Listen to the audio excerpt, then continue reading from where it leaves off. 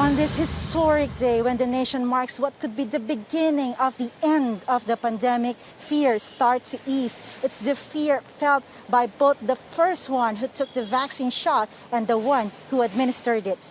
The audience held their breath as PGH Director Gerardo Legazpi rolled up his sleeve for the Sinovac vaccine shot. He's the first Filipino to take a vaccine that's legal and approved by regulators. It took just a few seconds for his nurse, Sherlock Santos, to administer the shot. The vaccinee and vaccinator had something in common, fear at the onset that was later eclipsed by courage. Hindi ko ma-describe ang feeling.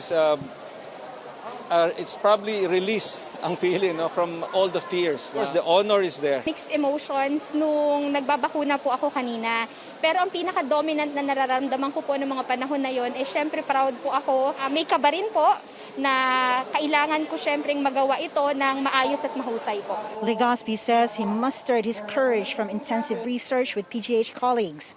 Back in January, Pfizer was the prospect. So when he learned it's Sinovac that's arriving, they studied the numbers more. Pfizer and AstraZeneca have the polyethylene glycolate and the polysorbate. Yun yung mga synthetic materials that can cause, that are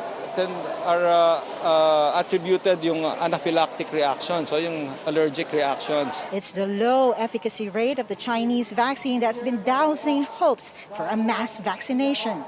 We've seen union leaders on the ground distributing leaflets in protest of the Sinovac rollout. Vaccine czar Carlito Galvez and MMDA Chairman Benhar Abalos, who's part of IATF, were also inoculated at PGH today. Others who took Sinovac were hopeful. There is no such best vaccine dahil ang pinaka-best vaccine ay yung effective at efficient na dumarating na mas maaga. More than 100 were immunized at the PGH on the first day of the historic vaccine rollout. That's more than what PGH had expected, providing a glimmer of hope in dark times. Lois Calderon, CNN Philippines.